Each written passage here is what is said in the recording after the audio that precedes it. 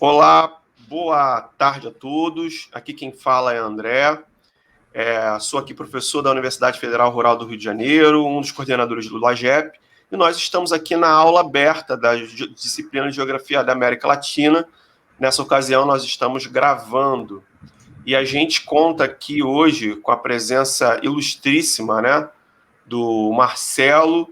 Marcelo, que é especialista, né, da carreira de especialista em políticas públicas e gestão governamental, né, e pesquisador do Centro de Estudos Avançados do Governo e Administração da Universidade de Brasília, da UNB. A gente fica muito contente de receber o Marcelo, que é uma figura importante para debater questões da América do Sul, sobretudo do debate da América sobre a questão da Unasul, né? Hoje ele vai trazer uma temática vinculada à integração e geopolítica, né? E vai ser muito importante a gente dar um salve aí ao Marcelo. Muito obrigado, Marcelo, pela sua presença. E fique à vontade pela exposição. Agradecemos aqui a presença, desde já, de vários alunos da graduação e do mestrado que estão aqui presentes. E compartilhem depois aí o link do nosso canal no YouTube do LAGEP, que eu vou estar disponibilizando para vocês, para que a gente possa divulgar para os colegas. Seja bem-vindo, Marcelo, e obrigado pela presença. Bem, André, começando agora formalmente o nosso evento, quero agradecer o convite seu e do LAGEP para participar dessa aula aberta. É uma grande satisfação para mim. Eu estou vindo do lançamento do meu livro chamado A Construção da América do Sul, o Brasil e a Unasul. Eu cheguei a mostrar aí um pouco antes. Esse livro foi formalmente lançado na quarta-feira passada, num evento em que eu tive aí o patrocínio da Associação Nacional dos Juízes para a Democracia, no bojo da programação do Fórum Social Mundial. E dele participaram o ex-ministro Celso Amorim, que, como você sabe, seus alunos sabem, foi, de certa maneira, um dos grandes artífices da política ativa e altiva, política externa, exterior brasileira, né? Política externa brasileira, política exterior brasileira, ali no início do governo Lula. E essa política teve como uma de suas consequências a fixação da integração da América do Sul como um dos objetivos primordiais do governo brasileiro.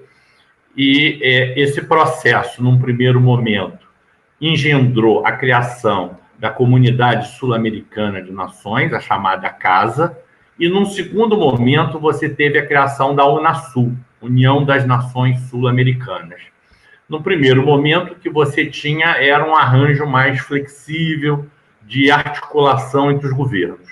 No segundo momento, você teve um tratado constitutivo de uma organização internacional congregando os 12 países da América do Sul, com uma agenda ampla de integração em todos os campos de políticas públicas setoriais e com também a proposta de integrar a posição desses países como um ator estratégico integrado e articulado nos grandes foros sociais globais. Então, a Unasul veio dentro de uma lógica, para citar o ex-presidente Lula, de transformar a América do Sul, mais do que um conceito geográfico, em um ator geopolítico. E um ator geopolítico que, segundo o ex-presidente, pudesse intervir de maneira mais assertiva no tabuleiro internacional, do grande jogo internacional de poder global.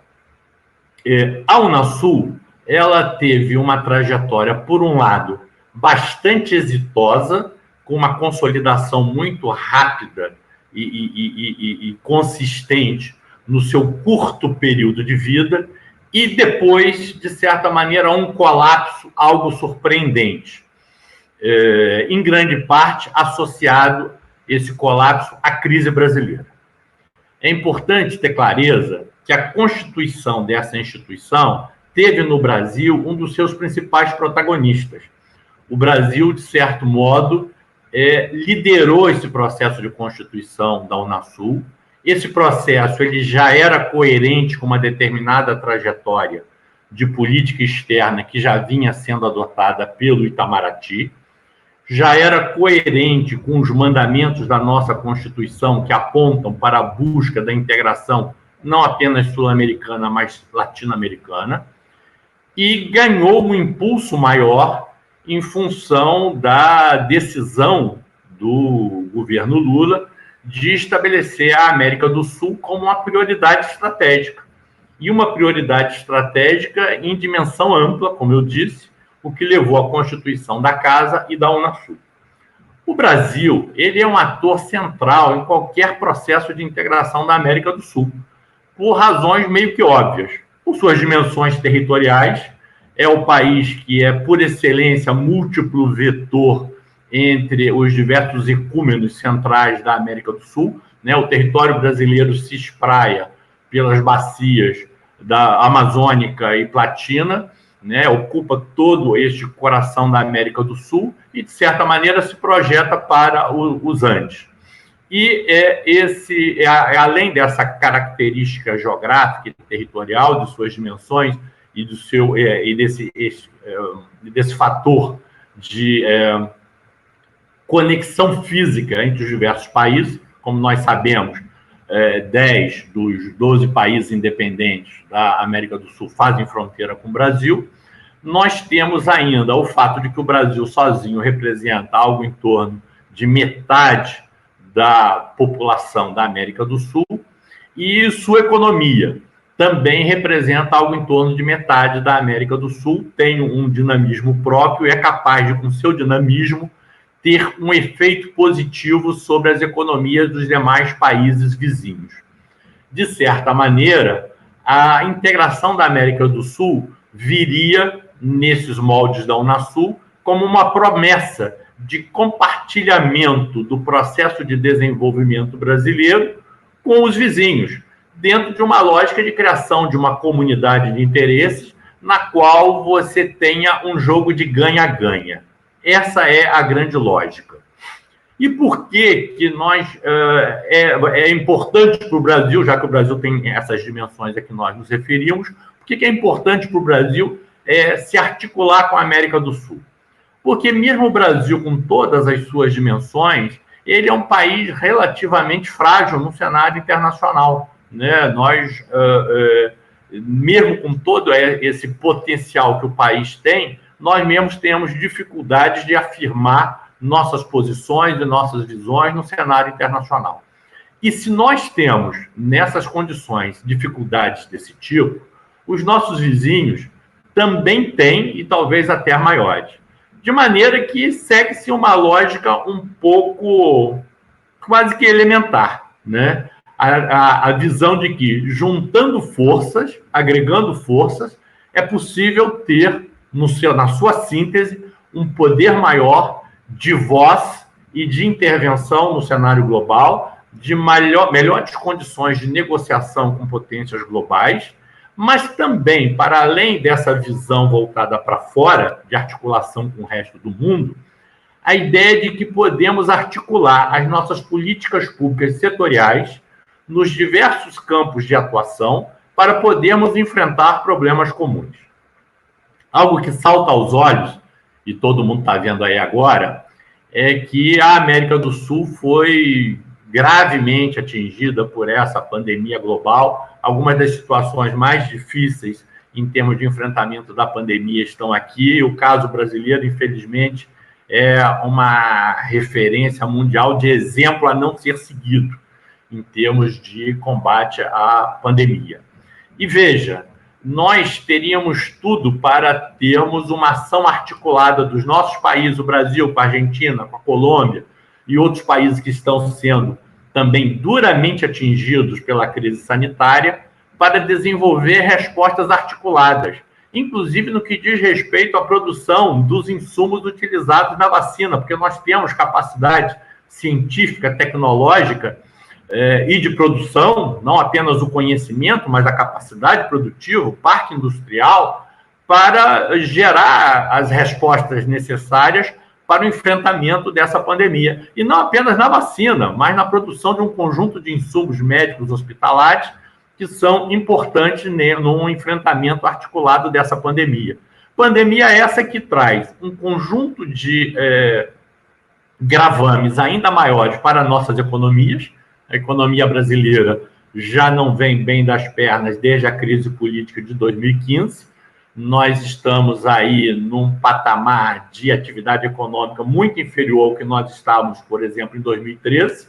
Em 2014, a situação começou a já apresentar sinais de preocupação, e de 2015 para cá foi aquilo que se sabe. Nós tivemos um grande decréscimo na nossa atividade econômica, um encolhimento do PIB, e não foi possível, né, retomar o patamar anterior. O crescimento ficou aí na faixa de 1, alguma coisa por cento do PIB ali em 2017, 2018, 2019. E em 2020, não bastasse já estarmos, vamos dizer assim, nesse vale do ponto de vista de desempenho econômico, veio a pandemia e nos colocou numa situação ainda mais agravada. E esse não é um problema exclusivamente do Brasil, é um problema dos países da América do Sul como um todo. Agora a gente percebe uma tentativa, né, ou alguns indicativos de que parece que vamos retomar o patamar anterior. Mas a retomada do patamar anterior é de um patamar já muito rebaixado em relação à realidade que nós tínhamos por volta de 2013 e 2014. Isso é importante de ser frisado porque o dinamismo econômico brasileiro, embora isso talvez não tenha sido expressado de modo claro, sempre foi percebido como um elemento central, como uma locomotiva pelas dimensões da economia brasileira para atrair e, vamos dizer assim, e puxar o crescimento da região como um todo. Quando o acordo da Unasul veio à luz, nós já assistimos a um processo de integração comercial avançado. Primeiro, nós já tínhamos o Mercosul com uma união aduaneira envolvendo originalmente os países Brasil, Paraguai, Uruguai e Argentina, e essa união aduaneira, por mais que ela tivesse suas dificuldades ou imperfeições, ela já estava em vigor, né? E tivemos, no período, o ingresso da Venezuela, com alguma dificuldade para se incorporar ao acordo do Mercosul em todas as suas dimensões, e, posteriormente, o ingresso da Bolívia, que ainda não foi materializado porque só o Congresso brasileiro ainda não aprovou o ingresso da Bolívia como membro pleno do Mercosul.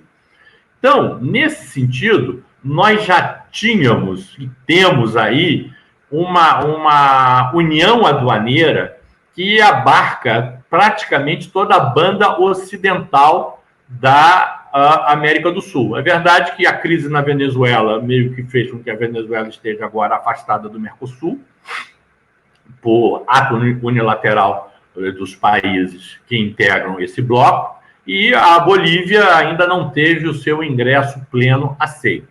Mas o fato é que nós já temos potencialmente toda a banda atlântica da América do Sul incorporada numa união aduaneira.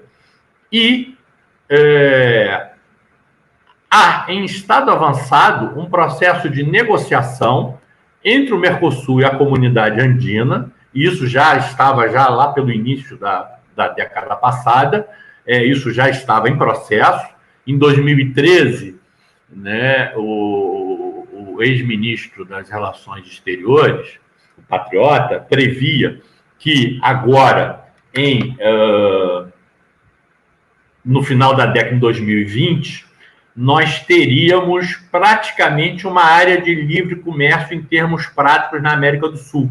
Claro que uma área meio que imperfeita, porque fruto de negociações setoriais e desagregadas entre os países no marco da LAD, né? Mas isso já significava um avanço importante. Quando se pensou pela primeira vez num projeto mais amplo de integração da América do Sul, e não apenas do Mercosul, que foi lá no governo Itamar Franco, quando também era ministro o Celso Amorim, ele era ministro das Relações Exteriores, tinha se lançado a ideia de criação de uma área de livre comércio sul-americana. Uma área, inclusive, que pudesse se contrapor para negociar em melhores condições com um projeto norte-americano de criação da área de livre comércio das Américas. De certa maneira, essa área de livre comércio das Américas não avançou, houve uma resistência forte desses países que integram o que eu chamo de banda atlântica da América do Sul, né, a Venezuela, a Argentina e o Brasil. E ao se avançar rumo à Unasul, ocorreram avanços importantes nessa negociação comercial no âmbito da América do Sul. De modo que, quando a Unasul é criada em 2008, nós já tínhamos um patrimônio negocial entre os dois blocos mais importantes da América do Sul, a Comunidade Andina e o Mercosul, e a perspectiva é que chegaríamos, então, no fim dessa década passada, da década de 10, a uma zona de livre comércio ainda que imperfeita. De certo modo, eu não tenho os dados mais atualizados, mas, de certo modo, isso deve ter ocorrido em função do tipo de negociação que se dá no âmbito da ALAD. Sempre há, é claro, a exclusão de um ou outro produto mais sensível, mas, grosso modo, isso deve ter ocorrido.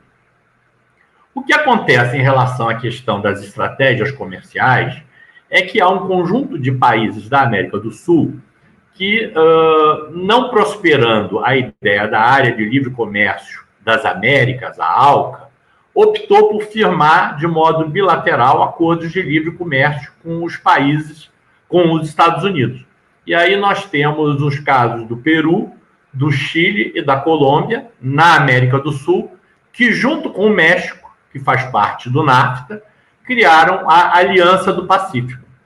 Então, a integração desses países numa união aduaneira que tivesse por base o Mercosul seria difícil em função desse padrão de livre comércio já adotado por eles com os Estados Unidos.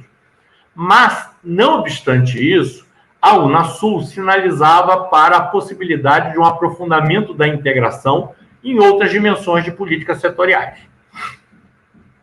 E a Unasul recebeu todo esse legado da negociação comercial e recebeu um outro legado também de negociação, de integração de infraestrutura.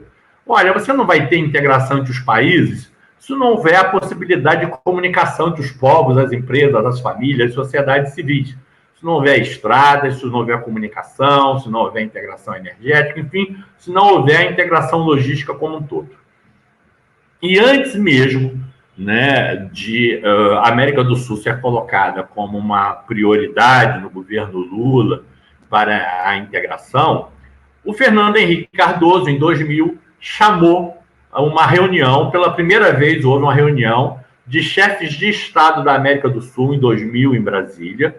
Essa reunião foi a primeira cúpula de presidentes da América do Sul, e essa reunião lançou as bases do que viria depois. Por isso que eu falo, há um projeto de governo em 2003, mas ele se coaduna e ele se imbrica com processos que já ocorriam no âmbito vamos dizer assim, de uma política de Estado brasileira e no âmbito da ação do Itamaraty, de modo que esses processos acabaram convergindo para um processo virtuoso que levou à Unasul.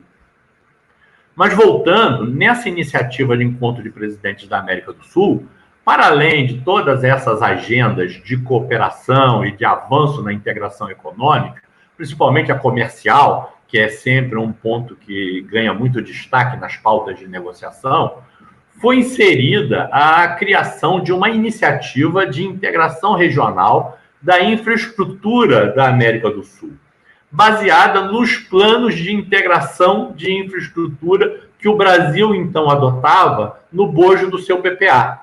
Como o Brasil como eu já mencionei, um país múltiplo vetor, pelo conjunto de fronteiras que possui, e pelo conjunto de regiões em que ele se estrutura e na qual ele, vamos dizer assim, organiza o seu processo interno de desenvolvimento, de certa maneira, as grandes linhas da integração da América do Sul em termos de infraestrutura são, em grande parte, projeções do próprio processo de integração interna do Brasil, que se projeta para o conjunto das Américas, no caso da América do Sul. E esse processo da IRSA, de integração das infraestruturas, também foi outro legado incorporado pela Unasul e incorporado ao Conselho Sul-Americano de Infraestrutura, que era uma espécie de ministério. A Unasul se organizava por meio de conselhos setoriais que replicava na esfera regional o que são as estruturas ministeriais na esfera de cada governo. Então, nesses conselhos, né, os ministros das respectivas áreas em cada país se articulavam para permitir e trabalhar no sentido da maior integração das diversas políticas públicas setoriais. E todo o trabalho desenvolvido pela IRSA na área de infraestrutura e planejamento foi aceito e incorporado do âmbito da Unasul. De modo que nós já íamos avançados, em 2008, quando foi criada a Unasul, nós já íamos avançados nos processos de negociação na área econômica, com destaque para a integração comercial, né, e desse patrimônio representado pela negociação prévia entre Comunidade Andina e Mercosul, usando toda a base regulatória da ALAD, que é a Associação Latino-Americana de Desenvolvimento e Integração, e nós já íamos avançados com a integração logística da América do Sul, com a criação da iniciativa da IRSA, que contava, inclusive, com financiamentos de organismos brasileiros, mas também de organismos multilaterais, né? Como o Banco Interamericano de Desenvolvimento, o antigo Banco da Comunidade Andina de Nações, que foi transformado para se transformar num banco mais amplo, voltado também para fomentar essas ações para além do âmbito da área andina. E esse processo, de certa maneira, dava já um substrato fático ao processo de integração que gerou a Unasul. Nós demoramos um pouco, o Brasil, embora tenha sido protagonista e um ator importante no processo de integração da região, ele demorou um pouco no que diz respeito à ratificação do Tratado Constitutivo, que só veio a ocorrer no governo Dilma Rousseff em 2011, quando, então, o tratado entrou em vigor para o Brasil. Mas ele já tinha entrado em vigor para os outros países. A previsão é que ele entraria em vigor assim que 9 países tivessem ratificado esse tratado. Então, ele entrou em vigor um pouco antes, em 2011, e logo depois o Brasil ingressou, mas não esteve entre os países, vamos dizer assim, da linha de frente do ponto de vista da criação formal. Mas é importante ter em vista que mesmo com esse processo mais lento de criação formal da Unasul e de aprovação do Tratado Constitutivo, do ponto de vista das articulações e da ação concreta dos países no enfrentamento de crises regionais e no lançamento de programas concretos de integração de políticas públicas, ele avançou independentemente de tudo mais. E aí merece destaque, né, a ação de alguns órgãos brasileiros que são caracterizados por sua excelência administrativa, são órgãos que têm uma tradição, vamos dizer assim, do lado positivo, de insulamento burocrático para a modernização, e a gente pode citar o próprio Itamaraty, que, embora não tenha uma ascendência hierárquica sobre os diversos ministérios setoriais no Brasil, tem, de certa maneira, uma legitimidade, uma autoridade para fazer a interlocução e articulação dos diversos ministérios setoriais em torno desses programas externos, no caso da criação da Unasul e do avanço da agenda de integração da Unasul. E tem, por outro lado, o Banco Nacional de Desenvolvimento Econômico e Social, em que há um interesse brasileiro na criação de infraestruturas na América do Sul, conectadas com a lógica da IRSA, porque é interessante para o Brasil que o conjunto do espaço sul-americano esteja integrado do ponto de vista de sua infraestrutura, porque sem a integração de infraestrutura, todas as outras dimensões da integração ficam muito prejudicadas. E nós temos que transformar hoje esse espaço geográfico sul-americano num espaço de governança compartilhada, que nos possa, como eu já disse, ter uma unificação do discurso, né, do posicionamento externo perante o mundo, uma unificação também do posicionamento estratégico em termos de doutrina militar, de preparação de hipóteses de emprego das Forças Armadas de forma conjunta, também diante das realidades globais, e essa dimensão de articulação das políticas setoriais internas. E olha, aqui já mencionei como teria sido importante essa ação conjunta no caso do enfrentamento da pandemia. Nós chegamos até, inclusive, a criação de um Instituto Sul-Americano de Governo em Saúde, que tinha por objetivo fazer essa articulação, né? Mas no momento em que o Brasil entrou, vamos dizer assim, em colapso, a partir da crise política instalada com o processo de impeachment e com o que veio depois, nós perdemos as condições de liderar o processo. Perdemos as condições em termos de coesão interna nacional, né, em função da crise política, coesão que não foi recuperada. Perdemos o dinamismo econômico que, de certa maneira, nos permitia sinalizar para os demais países da região que eles seriam copartícipes desse grande banquete que era a repercussão no conjunto da região do crescimento econômico brasileiro. E, perdidas essas condições, nós depois começamos a trabalhar contra a própria estrutura que nós tínhamos criado e que era absolutamente coerente com aquilo que nós podemos chamar da grande estratégia brasileira. O que seria essa grande estratégia geopolítica brasileira? É exatamente se projetar no seu chamado entorno geoestratégico para assegurar as condições necessárias nesse entorno para que possa haver e assegurar a segurança e o desenvolvimento do Brasil, né? Se você pegar o livro branco da Defesa Nacional, ele deixa lá muito bem sinalizado o que seria esse entorno geoestratégico mais imediato e que é fundamental para garantir a segurança do Brasil e, por extensão, da América do Sul como um todo. É importante resgatar aqui a ideia, porque muitas vezes pode parecer que, em função das dimensões do Brasil serem muito grandes e a América do Sul ser uma região muito assimétrica em termos de tamanho dos territórios, das populações e das economias dos países, pode parecer que se interpretar de uma forma enviesada ou maliciosa a ação brasileira na região, quando, na verdade, se trata de se criar uma comunidade de interesses onde você tem um jogo de ganha-ganha. Não se pressupõe aí um jogo de soma zero, onde o ganho de um traga a perda do vizinho ou de outro, mas um jogo em que esses ganhos são cumulativos e comuns. E que ganhos são esses? Olha, podemos aí voltar então ao tema do entorno geoestratégico. No caso brasileiro, nós temos aí claramente como elementos importantes do nosso entorno estratégico o conjunto da América do Sul, com todos os países aí desse ecúmeno. Nós temos o Atlântico Sul, por razões óbvias, né? O tamanho da costa brasileira e a dependência que nós temos do oceano em relação ao nosso comércio exterior. Mais de 95% do comércio exterior brasileiro se faz por meio do Oceano Atlântico. O Oceano Atlântico que se projeta para a costa ocidental da África.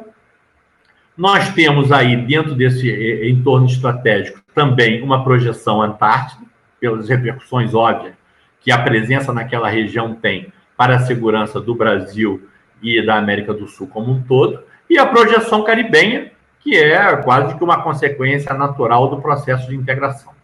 Bem, uma integração da América do Sul se insere dentro dessa grande estratégia brasileira. Há uma grande estratégia brasileira interna, que é meio que óbvia, que é consolidar a integração nacional territorial brasileira.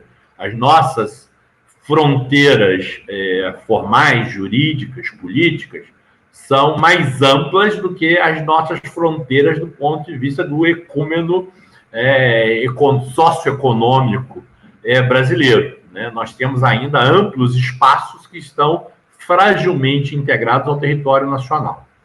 E o processo de integração interno brasileiro, ele dialoga com o processo de integração sul-americano, como eu mencionei.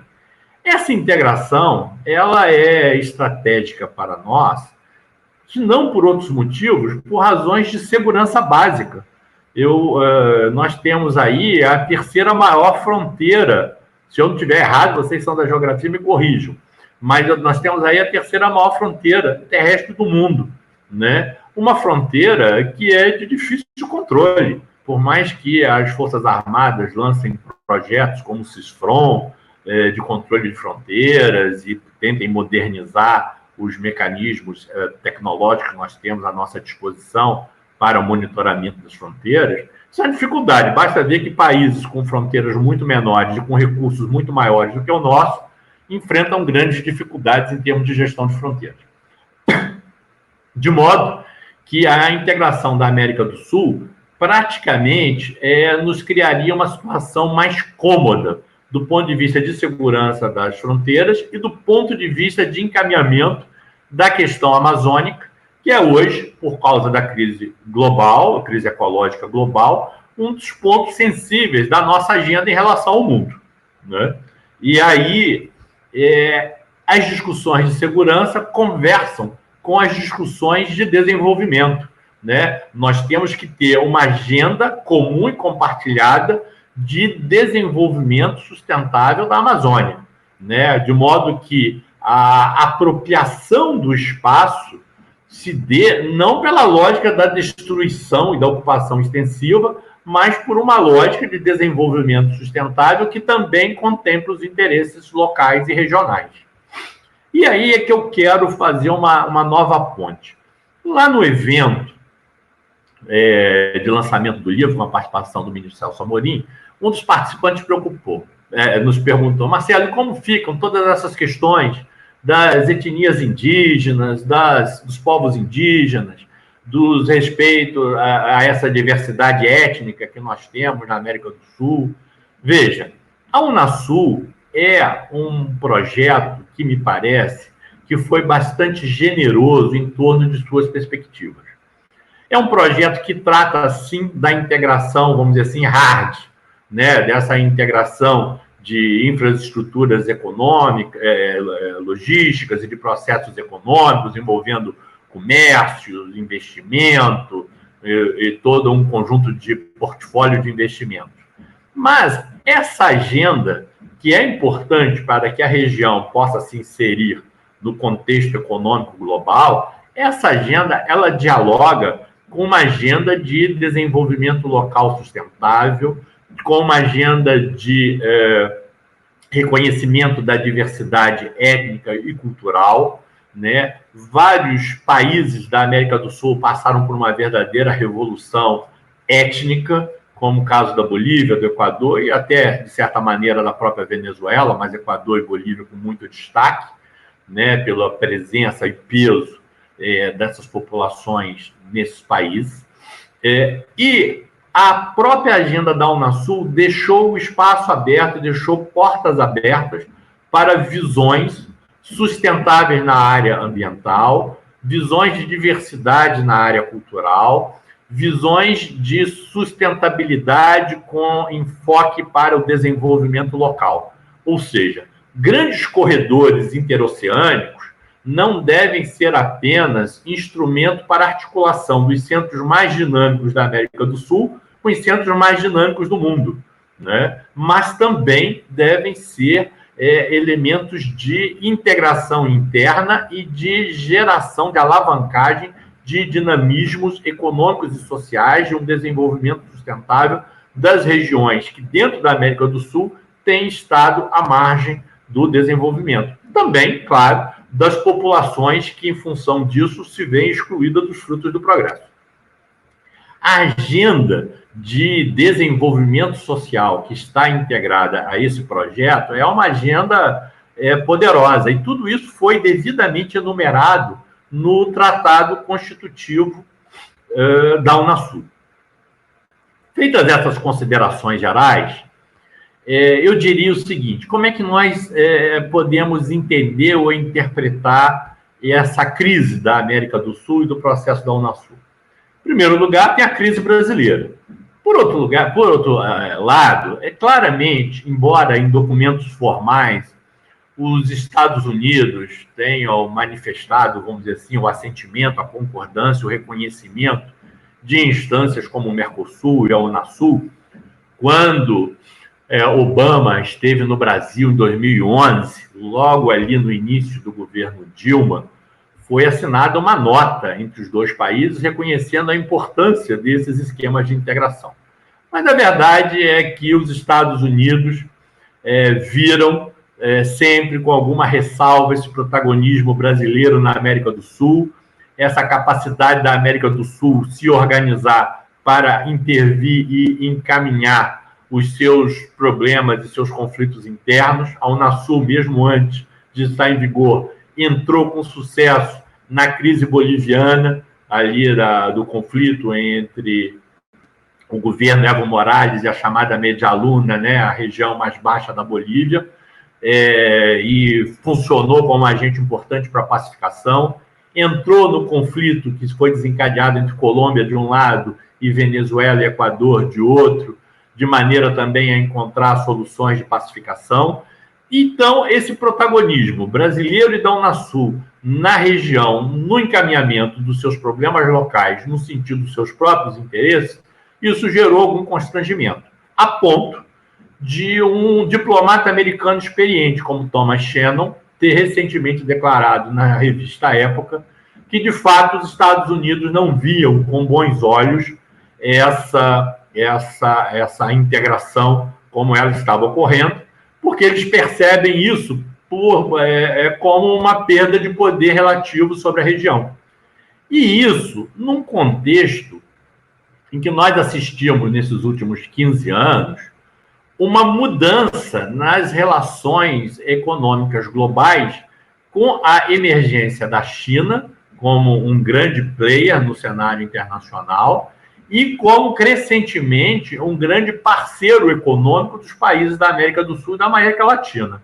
Né? A China é hoje o nosso grande importador de commodities, tem investimentos importantes no Brasil, isso se repete em outros países da América do Sul, e, de certa maneira, foi a relação com a China e os impactos positivos que o boom das commodities teve sobre as nossas contas externas, que criou um espaço de menor vulnerabilidade da região, que é um problema clássico do desenvolvimento sul-americano, são as restrições nas contas externas, a falta de moeda forte, de recursos em moeda forte para bancar com nossas obrigações, que sempre limitaram as nossas possibilidades de desenvolvimento.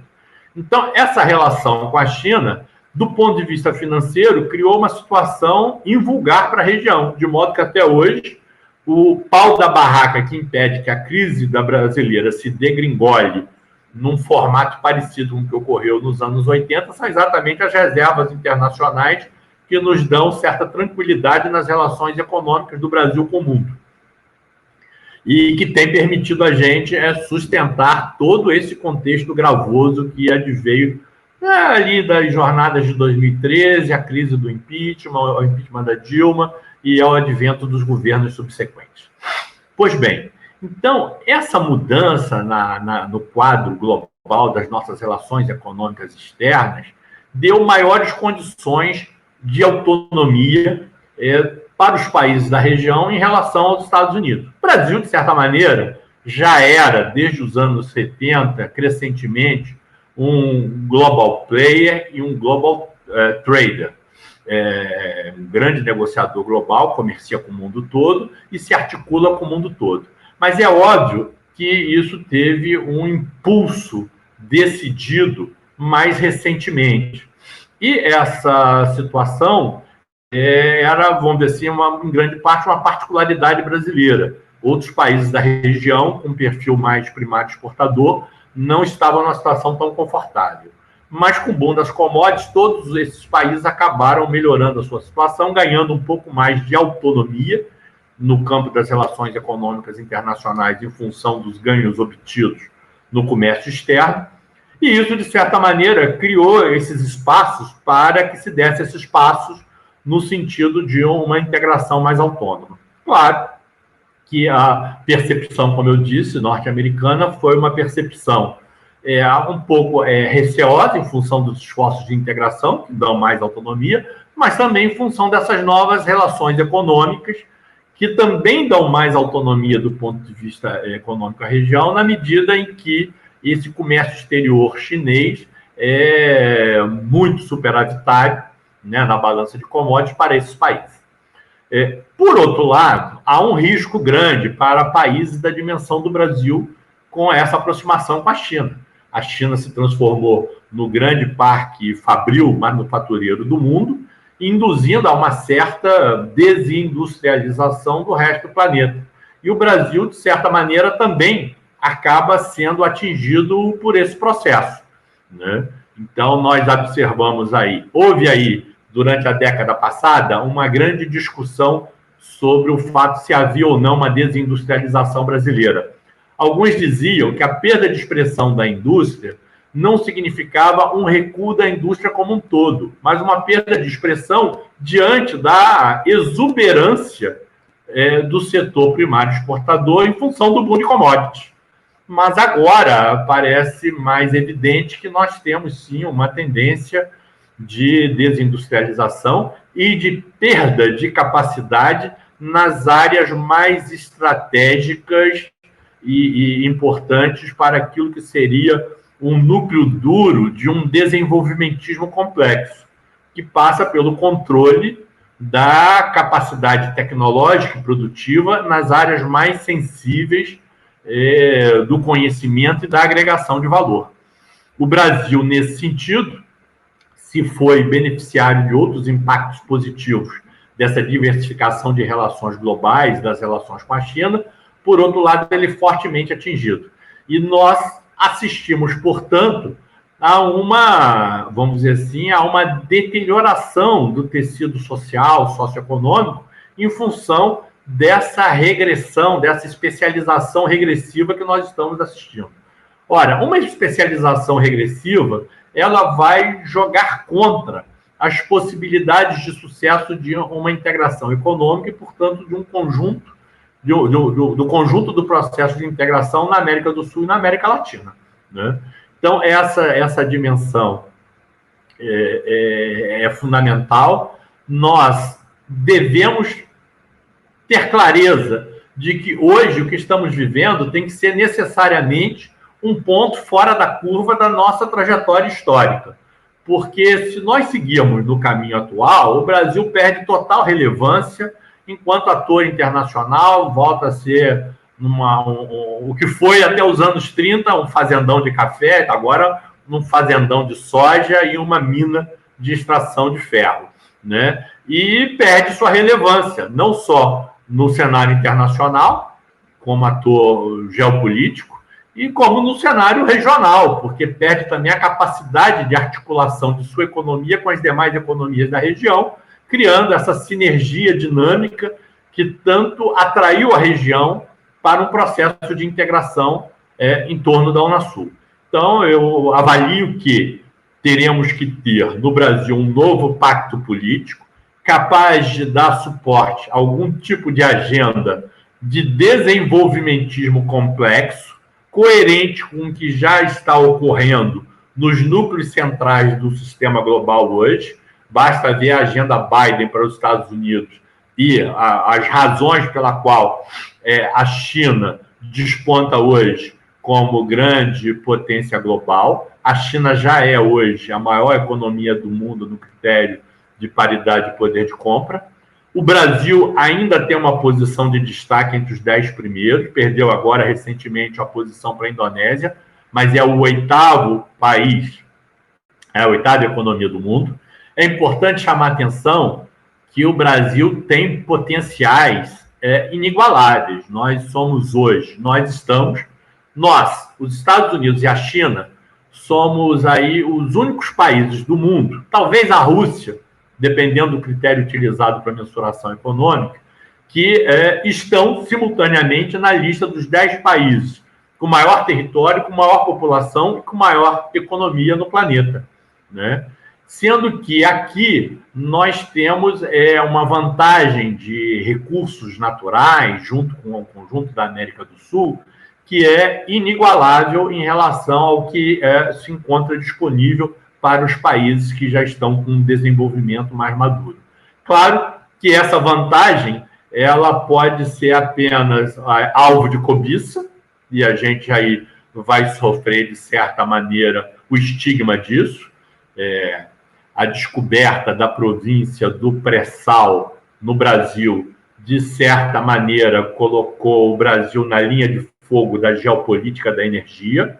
Não se iludam, as crises ocorridas no Brasil nos anos 10 estão profundamente embrincadas com movimentos de placas tectônicas globais, e o elemento de geopolítica da energia é muito importante. Se nós olharmos a balança comercial brasileira, nós vamos ver que nós ali temos mais de 50% da balança comercial brasileira concentrada hoje em 4 produtos. 2 já clássicos, né, que replicam no tempo contemporâneo, né, na contemporaneidade, é o padrão do fazendão dos anos 30, que é a soja e o minério de ferro, que ganharam ainda mais expressão na medida em que há uma demanda crescente, principalmente da China. Carnes, que também tem aí o peso da China como demandante, e, por fim, petróleo. Nós sempre fomos importadores líquidos de petróleo, e agora nós somos exportadores líquidos, né?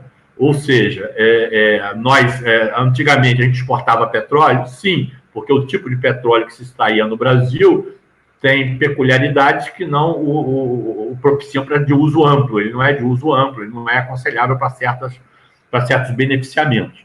Mas a gente importava mais óleo do que exportava. Agora isso mudou e há um processo crescente de participação da exportação de óleo bruto na plataforma, na balança comercial brasileira. E, em grande parte, esse desempenho vem da maturação dos investimentos e da prospecção em alto mar e da produção que vem do pré-sal brasileiro, o que joga para outra dimensão, né? O Atlântico Sul como uma área central para a segurança e o desenvolvimento brasileiro, pela importância das reservas petrolíferas que nós possuímos no Atlântico Sul e que ainda vamos ter mais, porque muito provavelmente isso se reproduz. Do outro lado, na África, a gente sabe que os indícios são todos de que há lá uma réplica, né, dessas reservas petrolíferas que nós temos aqui. Então, o Atlântico Sul, além de outras riquezas, é um oceano rico em petróleo e agora já revertendo, fazendo o Brasil um exportador líquido de óleo bruto. E, evidentemente, que isso coloca toda a defesa da zona exclusiva, econômica exclusiva brasileira no Atlântico Sul, também como um objetivo estratégico nosso, brasileiro.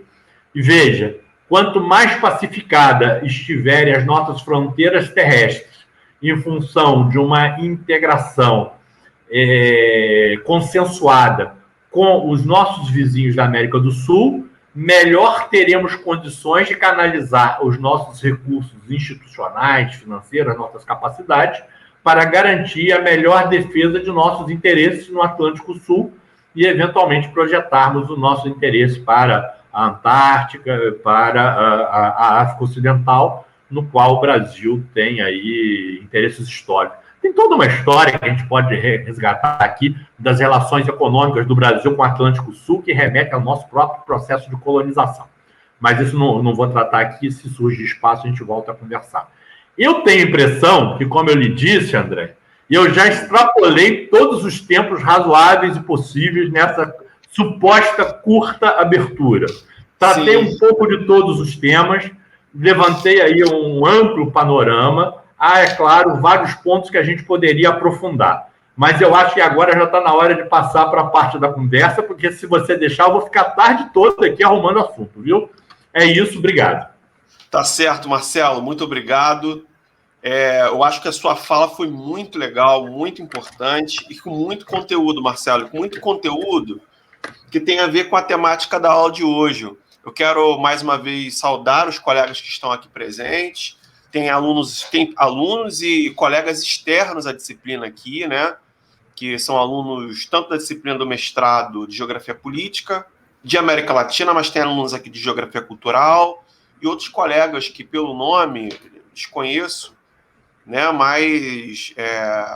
Mas fiquem aqui a minha saudação a vocês. Obrigado pela presença. E lembrando, está sendo gravado e vai estar mais tarde disponível no YouTube para consulta, no canal do LAGEP. Eu ia indicar que os certificados a gente vai oferecer. Clique aqui no Google Formulários, é importante preencher todos os dados, tudo bem? Inclusive CPF e data de nascimento, os principais, e-mail, porque eu preciso para emitir certificados pela Rural, pela Proeste. Então é muito importante caso você precise, tá? Marcelo, eu quero agradecer aqui a sua fala, mais uma vez, dizer que você levantou muitos pontos de contato, né, com a nossa discussão na disciplina. E eu gostaria de primeiro, antes de abrir para perguntas, eu acho que vocês podem sinalizar as perguntas aqui pelo chat, tá? Então vocês podem perguntar pelo chat ou abrir o microfone, mas primeiro vocês sinalizem querem fazer a pergunta. Eu vou fazer aqui um preâmbulo, fazer uma intermediação sobre a fala do Marcelo e lançar uma pergunta, tudo bem? Marcelo, eu queria aqui fazer uma pergunta, na verdade, pontuar algumas questões. Você aponta, né, numa das suas falas, sobre a importância de uma grande estratégia brasileira. Eu gostei muito dessa interpretação, porque o adjetivo grande, né, ele aparece no sentido de dizer que de fato, um empreendimento. Ou seja, é um projeto, é uma intencionalidade de poder, portanto, do Brasil dos últimos anos, né? Então, a Unasul, ela é um grande projeto. E veja bem, o que me chama a atenção é que a Unasul, ela tem um signo geográfico que é a América do Sul, enquanto entidade. E uma das perguntas que nós tivemos durante as aulas de América Latina foi porque, em alguns momentos, quando a gente fala de instituições, as instituições são muito geograficizadas em torno desses continentes, né? Ou de regiões naturais. América do Sul, como um grande bloco regional, ou América Central, ou Caribe, né? E a minha pergunta para você é a seguinte, queria que você respondesse. O Brasil nunca pensou América Latina? É uma pergunta. Uhum. A América Latina, ela vai, né, pensando em uma integração um pouco maior com o México, com outros países, incluindo a América Central, a Bacia do Caribe. É uma pergunta mesmo, assim, que não é minha, é uma pergunta até dos alunos durante a disciplina. Eu acho que vale a pena pensar. Do ponto de vista institucional, o Brasil nunca pensou a América Latina? Você quer que eu já fale? Eu já posso responder essa pergunta? Pode falar. Não, é que eu queria saber se você ia fazer um conjunto de perguntas ou se eu já deveria responder uma a uma. Bem, eu vou então tratar do assunto. Veja só, a América Latina não é um assunto estranho à visão de integração regional do Brasil e não é de hoje. Em primeiro lugar, lá nos anos 90, quando... anos 90 não, lá nos anos 50, início dos 60, quando o Juscelino Kubitschek lançou a Operação Pan-Americana como um convite a que os Estados Unidos viessem a contribuir com o desenvolvimento da América do Sul e da América Latina, nós tivemos algumas iniciativas adotadas pelos países no sentido de pensar o desenvolvimento regional. Tanto que, em 1960, nós tivemos a criação da Área de Livre Comércio Latino-Americana, a ALAUC, né? Área Latino-Americana de Livre Comércio, a ALAUC, e tivemos a criação do Banco Interamericano de Desenvolvimento.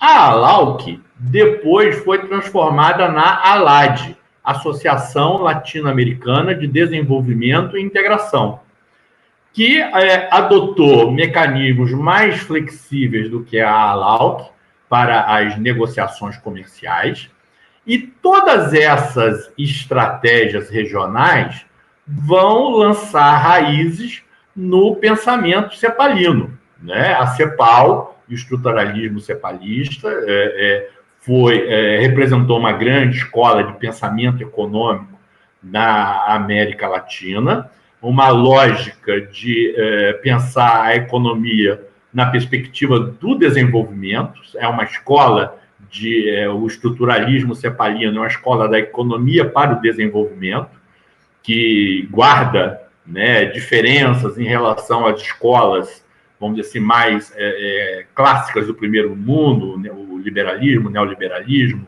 o keynesianismo. E essa escola desenvolvimentista cepalina é a escola que vai inspirar e encontra sua repercussão no Brasil em toda a estratégia nacional desenvolvimentista.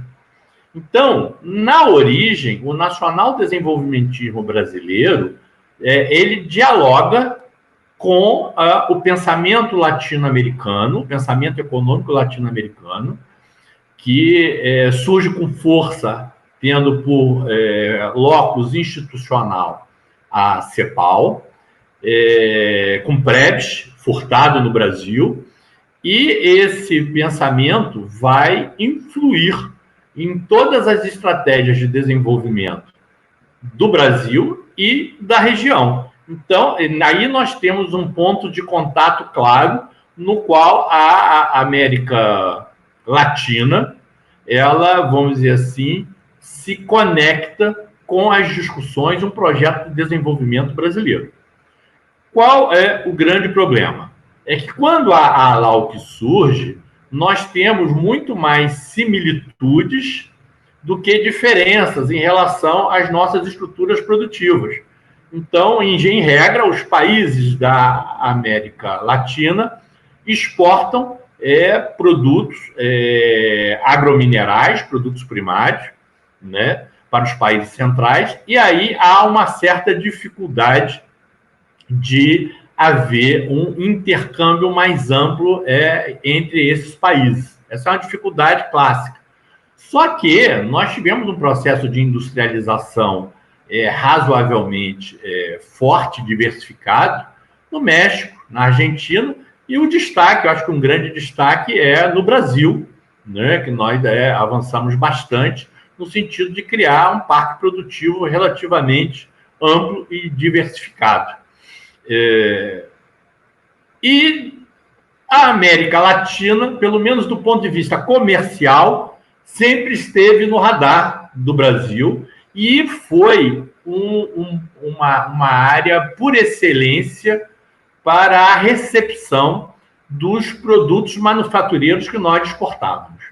Se você ainda hoje olhar aqui o Mercosul e a pauta comercial, a balança comercial interna dos países do Mercosul, você vai ver que o Brasil ainda hoje, na esfera platina, é um grande exportador de produtos manufaturados, e as manufaturas têm uma importância grande. Verdade que, em grande parte, devido à integração dos regimes automotivos baseados em empresas transnacionais, mas ainda assim há uma relevância de produtos manufaturados nessa pauta. Bem, isso é o mais histórico, o mais tradicional.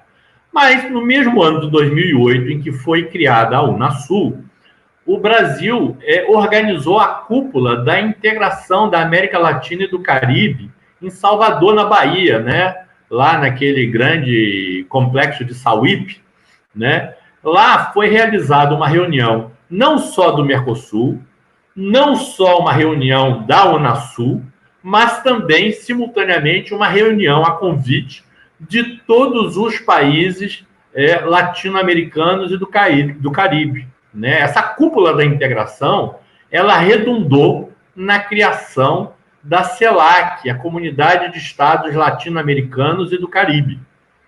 Essa CELAC, ela herdou todo o patrimônio, vamos dizer assim, político do antigo Grupo do Rio, que era um grupo de articulação política que envolvia países latino-americanos, e ela passa a ser uma articulação latino-americana, na qual o Brasil também teve um papel central no lançamento da iniciativa. ocorrida também em 2008. A criação da entidade ocorreu no Chile em 2011, se a memória não me trai. E a CELAC está aí, em pleno funcionamento. Hoje, de certa maneira, o governo mexicano um pouco assumiu o protagonismo junto à CELAC, enquanto que o Brasil se retirou, tanto se retirou da Unasul quanto se retirou da CELAC, num ato que eu diria que é absolutamente suicida do ponto de vista da lógica histórica. Se você quiser, a gente vai chegar lá no Barão de Rio Branco. Uma das preocupações do Barão do Rio Branco foi sempre de ter canais, claro que na época a região de vocação era a região platina, até porque essa era a tradição da ação política brasileira na região platina, que tem a ver com as realidades das fronteiras vivas e da nossa própria formação territorial. Mas a estratégia do Barão do Rio Branco sempre foi no sentido de buscar criar uma relação com os países da América do Sul que evitasse uma formação de uma coalizão hispânica contra o Brasil. Porque, veja, na origem, e aí a gente vai chegar lá na formação do Brasil enquanto país independente, o Brasil se diferenciava do conjunto da América do Sul por sua trajetória histórica e cultural. Era um país decorrente de uma ocupação portuguesa, né? E cuja independência se deu num contexto de instauração de uma monarquia de dinastia europeia, os Braganças, aqui na América, né? Num processo, vamos dizer assim, difícil, ao contrário do que se diz, não foi tão pacífico, houve aí uma luta importante, mas um processo mais negociado, onde a independência do Brasil se deu num contexto de uma monarquia constitucional comandada por uma dinastia europeia, o que, de certa maneira, gerou e gerava sempre desconfiança em relação ao todo o conjunto de países da América do Sul que surgiram da desintegração dos vice-reinados da Espanha e dentro de uma lógica republicana. Veja, essas diferenças de trajetória poderiam, talvez, criar óbices para uma relação mais próxima. E isso não houve. O Brasil sempre trabalhou no sentido de superar eventuais problemas que pudessem ser trazidos por essa trajetória histórica, econômica também, ímpar, em relação aos demais países da América do Sul. Então, quando o Brasil toma iniciativas de integração como a Unasul e como a CELAC, uma no âmbito sul-americano e outra no âmbito latino-americano, nós estamos caminhando no sentido exatamente de superar quaisquer riscos de surgimento de uma coalizão, digo, entre aspas, hispânica, contra o Brasil por qualquer motivo. E esse patrimônio da diplomacia brasileira, esse ganho da diplomacia brasileira, está sendo jogado fora hoje por conta de uma absoluta cegueira estratégica de quem deveria estar preocupado com esses temas, né? E uma trajetória importante para a projeção do Brasil no mundo, não só a partir da nossa circunstância imediata sul-americana, como da circunstância mais geral latino-americana. No meu livro, eu cito aquilo que é uma... Perdão, só para fechar. Aqui no meu livro, eu cito lá claramente o que é, de certa maneira, o resumo de uma estratégia da integração do Brasil na América Latina, né? Que é a estratégia de círculos concêntricos. Há um núcleo de integração mais profunda, representado pelo Mercosul e pela União Aduaneira. Haveria um segundo núcleo de integração um pouco mais fluido, representado pelo Unasul. E existe esse terceiro núcleo, esse terceiro ciclo, essa terceira camada de integração representada pela América Latina no bojo da CELAC, que é uma coordenação não tão densa do ponto de vista institucional como era a Unasul, mas também importante. Então, quero dizer o seguinte, há sim uma ação sistemática do Brasil, e não é de hoje, em relação à América Latina. No passado, com uma lógica estritamente, vamos dizer assim, comercial. Agora, contemporaneamente, com lógicas de integração mais ampla, abrangendo a dimensão econômica, mas também outras dimensões. A dimensão estratégico, militar, diplomática, a dimensão de infraestrutura, entre outros. É isso. Não, então, essa questão que você apresenta é bem interessante porque isso traz um lastro de institucionalidade através, é claro, da ALAD, né? Mas são, digamos assim, projetos de cooperação, de aproximação, sem uma relação física do ponto de vista da infraestrutura, né? Quando a gente pensa no papel da Unasul, e que foi aí uma delas, né, quando ela assume a materialização aí do IRSA, ela traz aí essa dimensão dessa primeira camada que você está dizendo, primeira para a segunda camada. É uma coisa que é muito visível, né? E um ponto que me faz pensar é que quando a gente dialoga com países da América Central, sobretudo, existe uma certa ausência diplomática brasileira. E aí eu queria perguntar a você exatamente o seguinte: um dos pontos da sua fala, que é uma tensão, foi o papel da criação da Aliança do Pacífico. Né?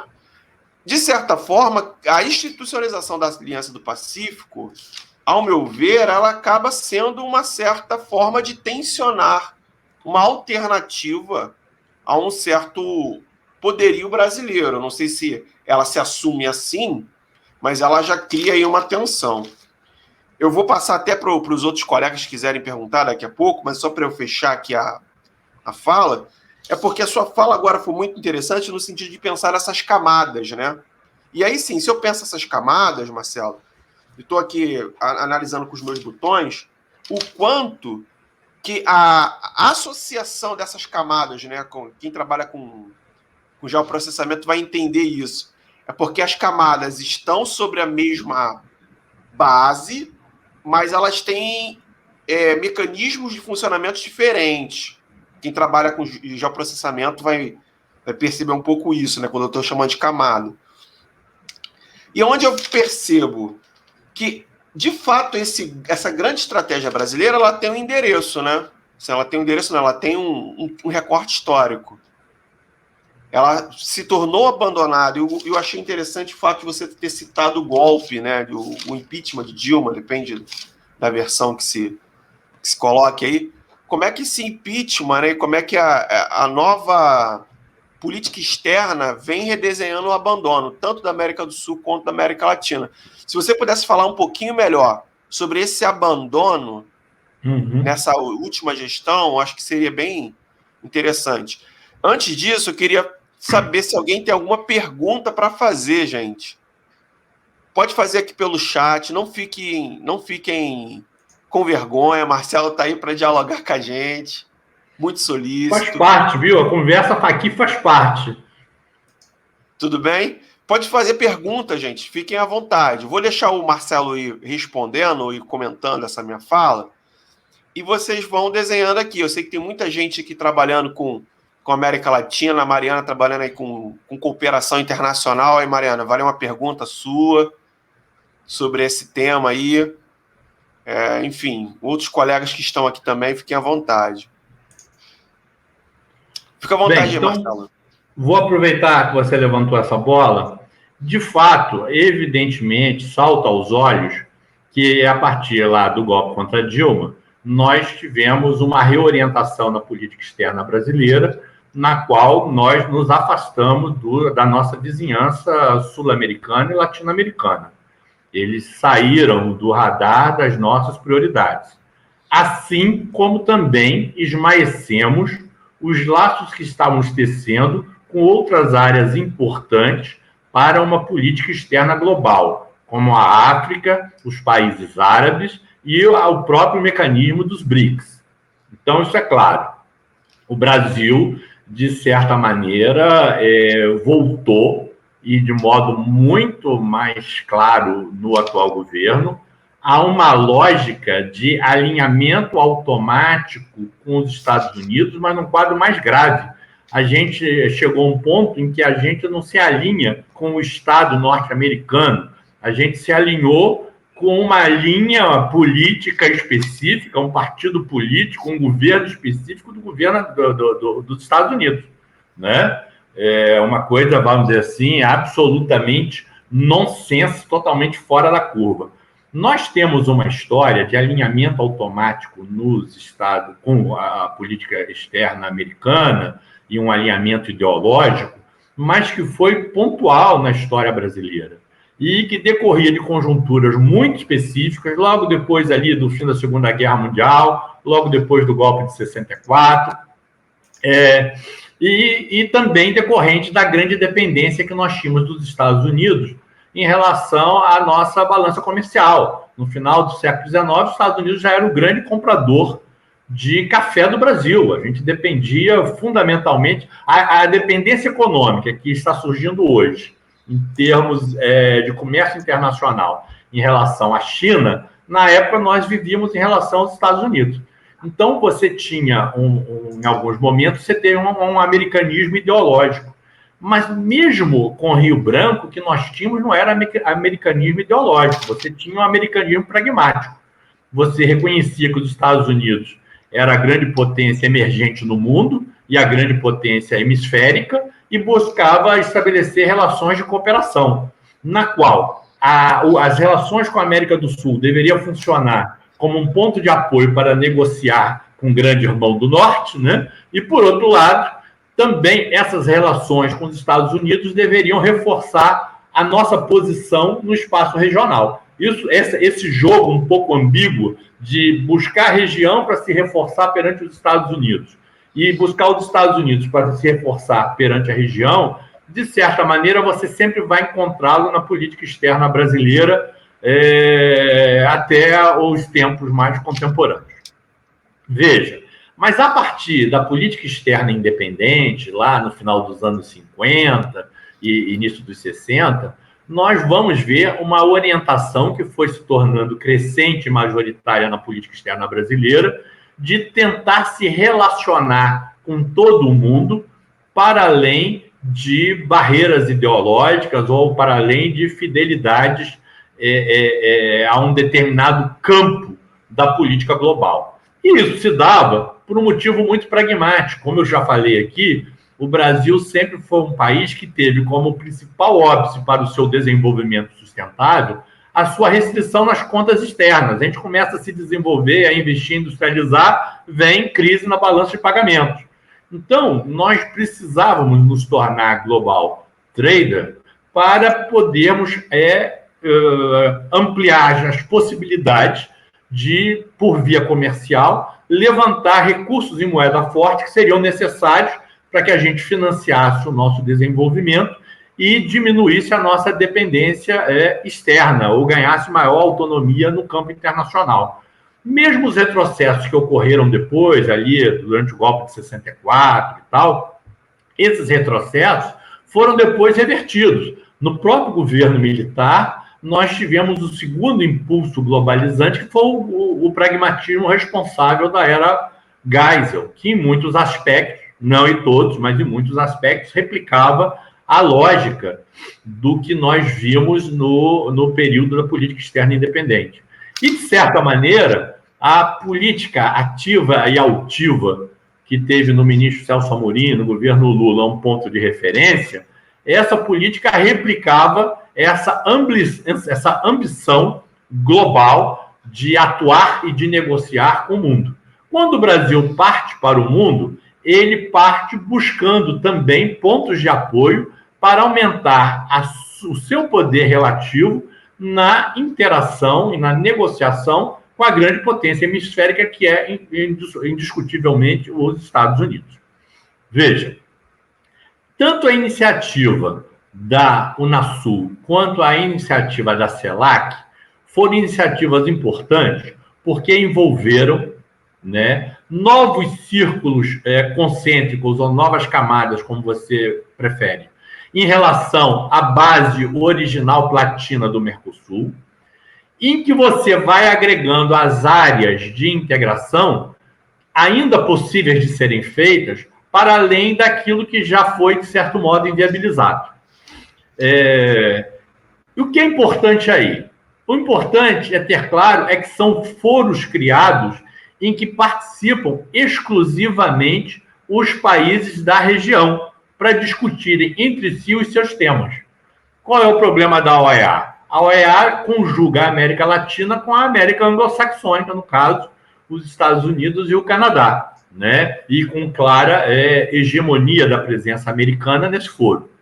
E nós tínhamos também outros foros que abrangiam o conjunto da América Latina, mas com a participação de países externos à região. Posso citar a Comunidade Ibero-Americana, onde você tem Portugal e Espanha participando, né, que são as ex-grandes potências colonizadoras da região.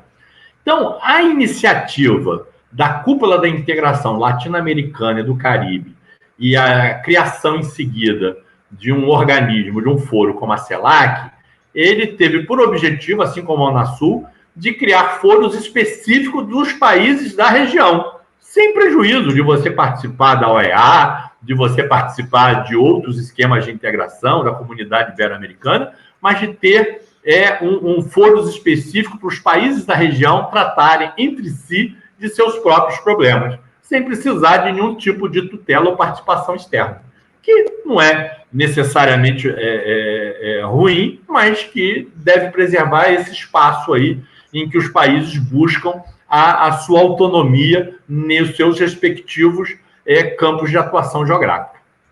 Então, o ideal, o próprio ex-secretário-geral do Itamaraty, Samuel Pinheiro Guimarães, sempre defendeu que a base ideal da integração deveria ser o Mercosul, mediante a criação de uma união aduaneira sul-americana.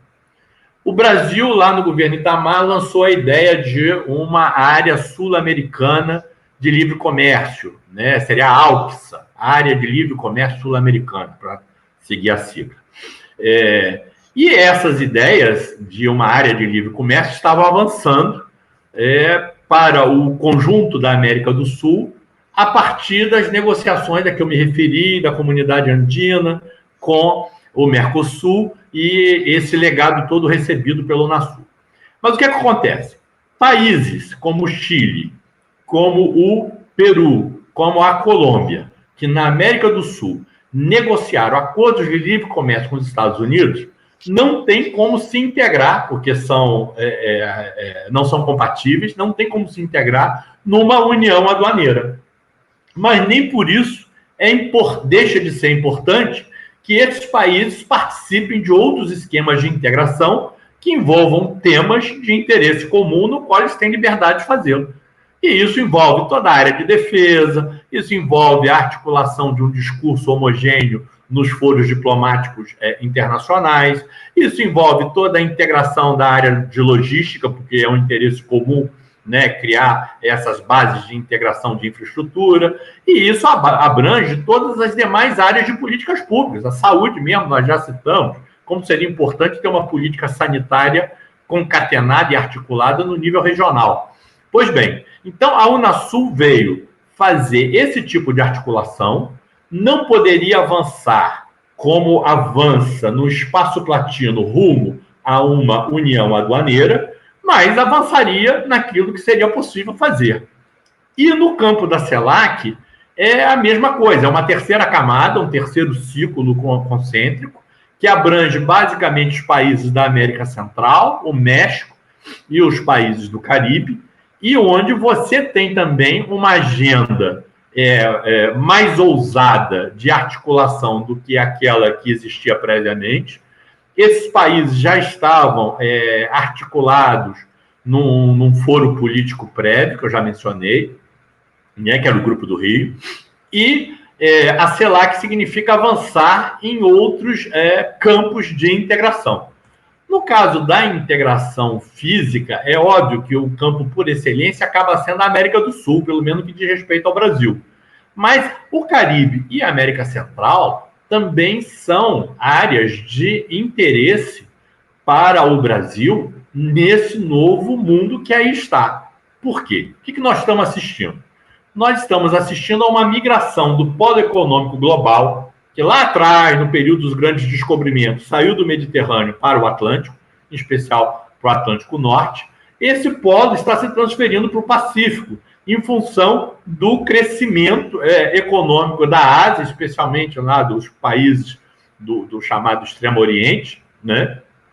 que agora recém criaram a maior área de livre comércio do mundo, abrangendo a China, chama RCEP, eu acho que essa é a sigla em inglês, né? É uma grande, vamos traduzir para português, uma grande parceria abrangente que envolve uma área de livre comércio que abarca todos os países que estão na Associação do Sudeste Asiático, na ASEAN, com mais a China, o Japão, a Coreia e os países da Oceania, né? A Austrália e a Nova Zelândia, né? Então, claramente, o novo polo dinâmico econômico global migra para a Ásia, e em especial para o Pacífico Ocidental.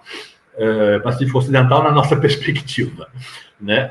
Então, esse polo, veja só, nós pegarmos quais são as principais economias do mundo hoje em termos de paridade de poder de compra, né? As 10 maiores economias do mundo. Estão ali a China, que é a primeira, o Japão, que é a terceira, a Índia, que é a quarta, a Rússia, que eu acho que é a sétima, né? Então, quer dizer, e a Indonésia, que é a sétima, então a Rússia é a sexta. Então, estão ali, hoje, na Ásia, as 5 maiores economias do mundo, e boa parte delas ali na bacia do Pacífico, né? Quer dizer, todas, de certa maneira, com interação na bacia do Pacífico. Então, o Brasil vai ter que necessariamente criar rotas de navegação e de relação com esse novo polo econômico do Pacífico. Se o Brasil era estratégico para que países da América do Sul acessassem o Atlântico, como o Paraguai, a Bolívia, para se integrar aos grandes circuitos econômicos do Atlântico, hoje o Brasil depende do Canal do Panamá e do Caribe, né? De certa maneira, do Estreito de Magalhães e, fundamentalmente, desses novos corredores de comunicação interoceânicos que serão criados pela IRSA, né, pelo Projeto de Integração de Infraestrutura, para nos ligar à costa do Pacífico e estabelecer uma aproximação do nosso sistema econômico com essa nova realidade que surge no Pacífico, estando aí os países da Bacia do Pacífico como no meio desse caminho, no qual eles devem, claro, e esse é o objetivo, se credenciar a serem também cada vez mais parceiros brasileiros, em função desses canais de comunicação. Claro que nós temos uma outra rota, que é a rota que passa pelo sul da África, atravessa todo o Oceano Índico. Mas é evidente que no mundo onde o polo econômico muda para o Pacífico, a região do Caribe ela ganha um relevo maior para nossos objetivos estratégicos, né? A integração da América do Sul, porque cria esse espaço de governança compartilhado e esse espaço logístico integrado na América do Sul, que abre as portas do Pacífico para o Brasil, né? Além, claro, de um possível, que isso já foi cogitado, eu não sei como é que anda atualmente, a criação de um novo canal, o canal da Nicarágua, né? Que as obras foram iniciadas, parece que interrompidas, que criaria uma segunda ligação entre o Caribe e o Oceano Pacífico, já aí esse canal muito imbrincado com a lógica chinesa de criar as chamadas novas rotas da seda, as tradicionais rotas da seda no Índico e na Ásia, né, ligando o Extremo Oriente à Europa, mas também o que seria uma nova rota da seda, que seria uma rota marítima que passaria pelos oceanos Pacífico, pelo Caribe, pela costa do Pacífico Sul, na América do Sul, e eventualmente tendo aí um novo canal de circulação meio que criado sobre auspícios chineses, que seria o canal da Nicarágua, né? Então, daí a importância de todas essas articulações. Muita gente questionou lá atrás, o Brasil ofereceu créditos e ajudou, propiciou investimentos para a criação do porto de Mariel, modernização, não é criação, mas modernização do porto de Mariel em Cuba, como se isso fosse um absurdo. Não, do ponto de vista da grande estratégia geopolítica brasileira, ter a presença brasileira né, no Porto de Mariel, em Cuba, e no Caribe, um grande entreposto comercial no qual o Brasil teria uma presença central, é fundamental para estar presente na nova grande rota de comércio que liga o Atlântico Norte ao Pacífico Ocidental, por meio ou do Canal do Panamá, ou ainda, quando vier a existir, do novo Canal da Nicarágua. Toda essa região é estratégica para a segurança e para o desenvolvimento, não só do Brasil, como do conjunto da América do Sul. Você já viu que você faz a pergunta, eu falo a beça. Pode me cortar, viu, André? Tranquilo, ótimo ouvi-lo, né? Até porque você traz um conhecimento muito profundo, Marcelo. Ficamos muito contentes aí de ouvi-lo. A gente já está quase que com 2 horas de evento aqui.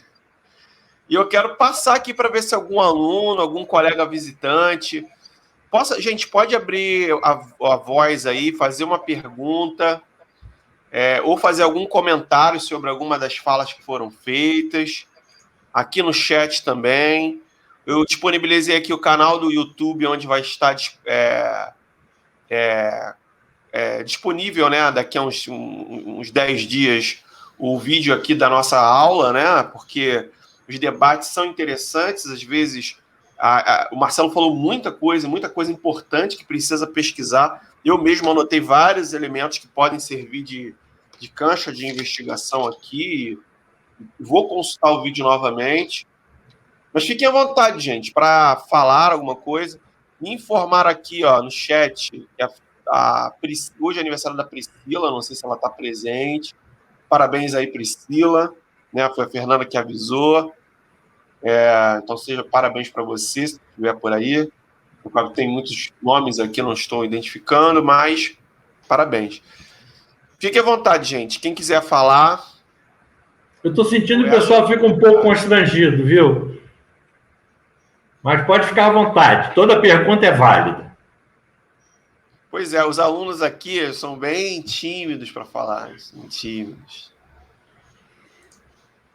Se você quiser sugerir mais algum tema que talvez seja do seu interesse que eu possa aprofundar, você também pode mencionar e a gente dá mais um tempo para eles, talvez, ganharem coragem, viu? Fala que eles podem fazer a pergunta sem precisar abrir a cam, viu? Muitas vezes as pessoas estão sem graça de aparecer na cam. Eu mesmo participo de muitas reuniões à distância com a cam fechada. Às vezes, porque até nem convém abrir, porque a gente está assim com aquele rosto de sono, assim com aquele estilo mais informal e tranquilo de quem está em casa. Então, pode botar só no som. Mas a Mariana vai fazer uma pergunta. Mariana, fique à vontade, pode abrir o áudio. Olá, boa tarde a todos. Boa tarde, professor. Boa tarde, Marcelo. Primeiramente, eu gostaria de agradecer e parabenizar pela exposição. Assim, foi uma excelente fala. Fico muito contemplada porque minha pesquisa é sobre cooperação internacional com o recorte da África. No início foi África Setentrional e agora eu estou trabalhando com os PALOPs. E algo que me sobressaiu muito é quando o senhor falou sobre a grande estratégia brasileira, principalmente desenhada pelo Celso Amorim. Nessa época, a gente tinha um plano definido, né, um objetivo a ser alcançado, a cadeira de segurança na ONU, o Conselho Permanente, maior inserção nos fóruns. E hoje, como o senhor avalia a estratégia, seja do governo atual, mas principalmente do governo Temer para cá, né, que foi quando a gente teve essa mudança de realinhamento? É claro, algo mais pragmático, né, voltado para os Estados Unidos, mas eu, principalmente, às vezes fico um pouco perdida de tentar entender qual é esse objetivo. Se eu poderia falar um pouquinho mais, eu agradeço. Sim. Olha, excelente pergunta, muito oportuna. Marcelo, foi não, tem mais gente. Quer esperar mais algumas perguntas? Que aí é bom Pode que você ser. responde um bloco. Eu faço bloco. o conjunto, isso. Vamos lá, gente. Fique à vontade, é o momento da gente dialogar, a oportunidade de perguntar coisas aí, ó, da disciplina. Os alunos de América Latina aí, o Pedro. Deixa eu achar aqui os alunos da disciplina. O Gabriel, a Vitória, entre outros aí. Fiquem à vontade, pode abrir, fazer perguntas diretas aí, de algum debate que a gente já venha feito. Tá?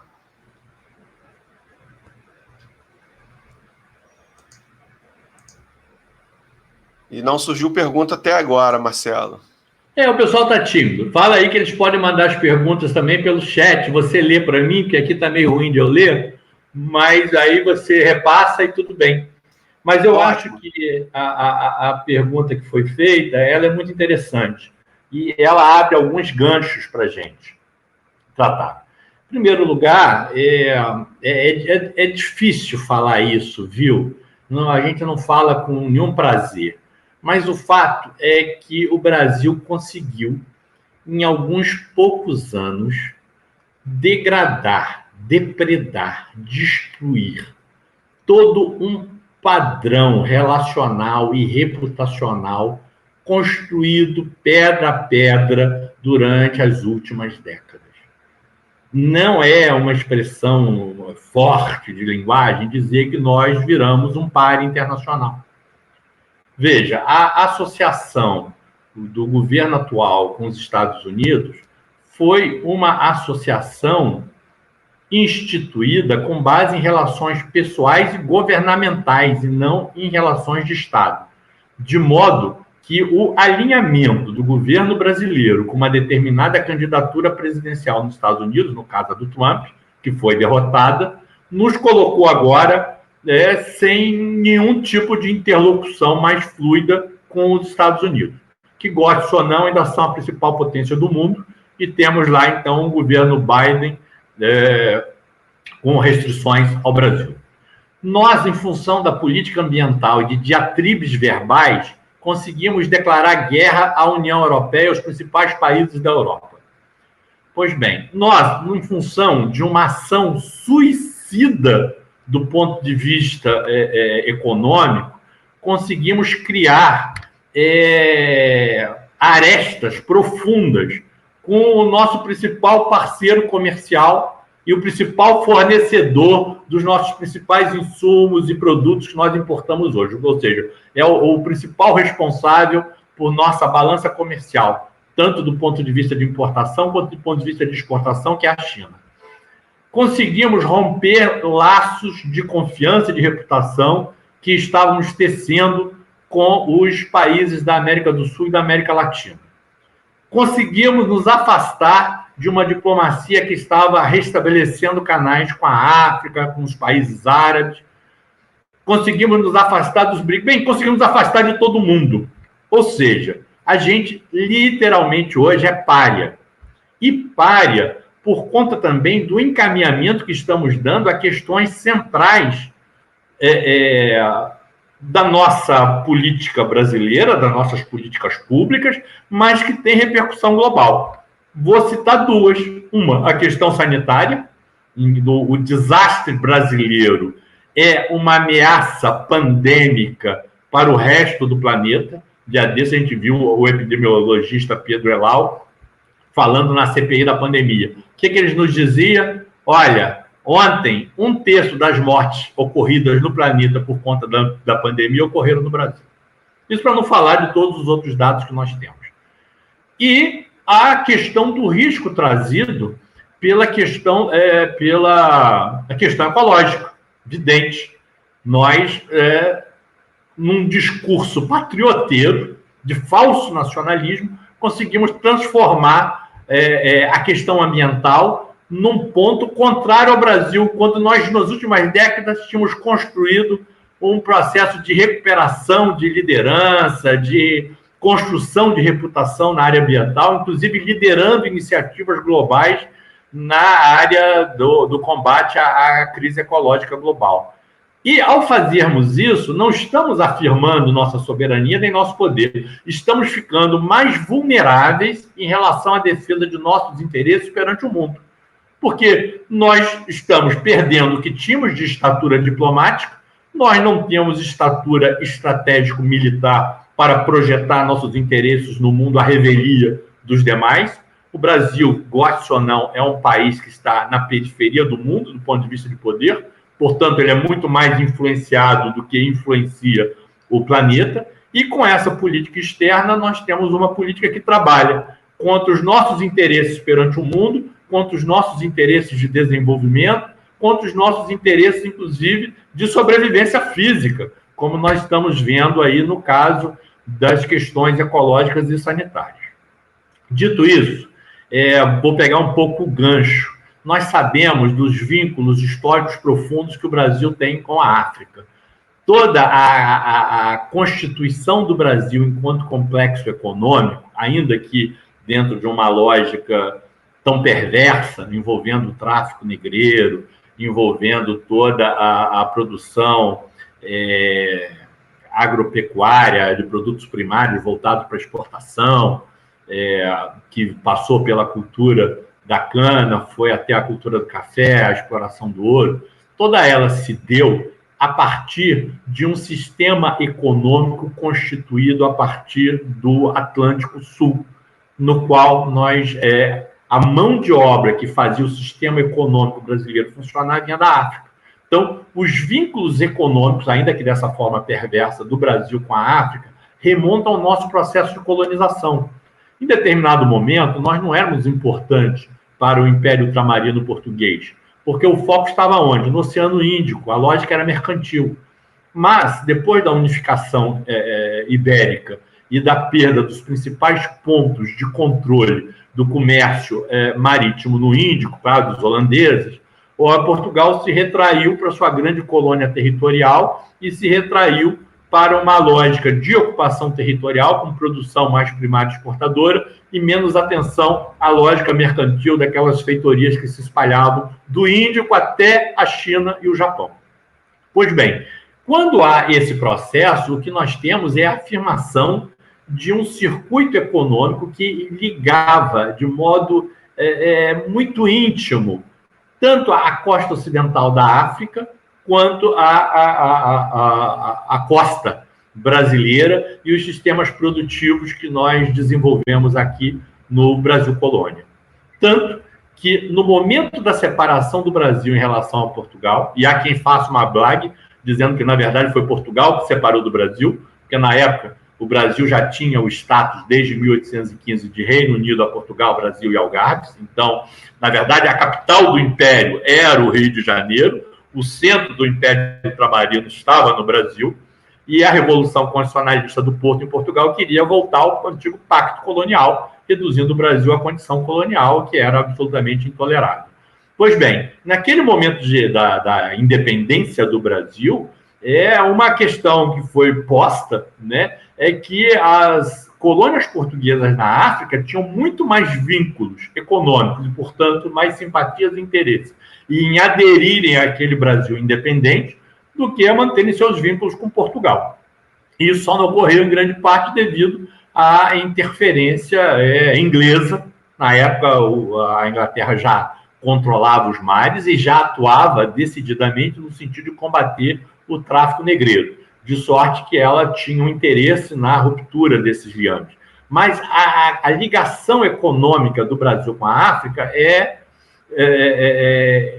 está na raiz da nossa formação.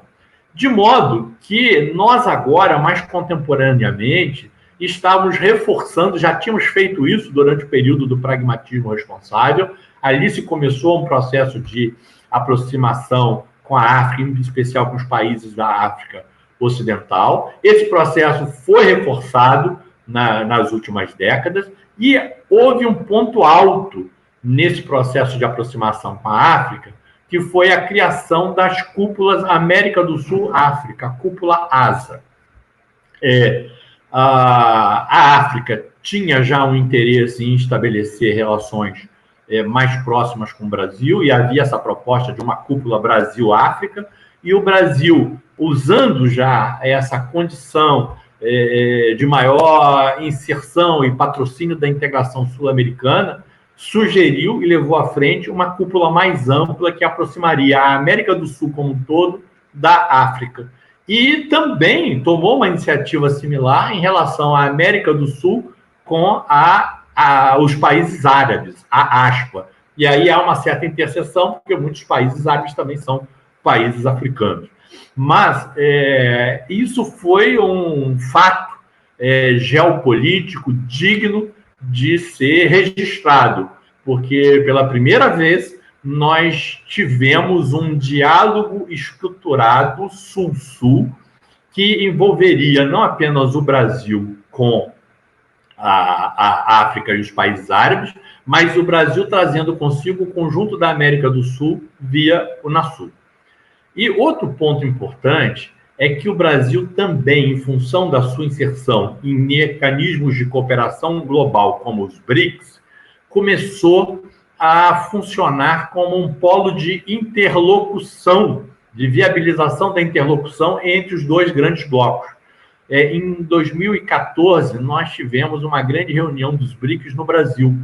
E, em seguida, o Brasil patrocinou o encontro BRICS e Unasul. Tem, inclusive, uma foto no meu livro sobre esse encontro, que foi um ponto alto, pela primeira vez, de modo articulado e sistemático, né? Nós temos ali uma iniciativa de diálogo entre o conjunto dos países da América do Sul,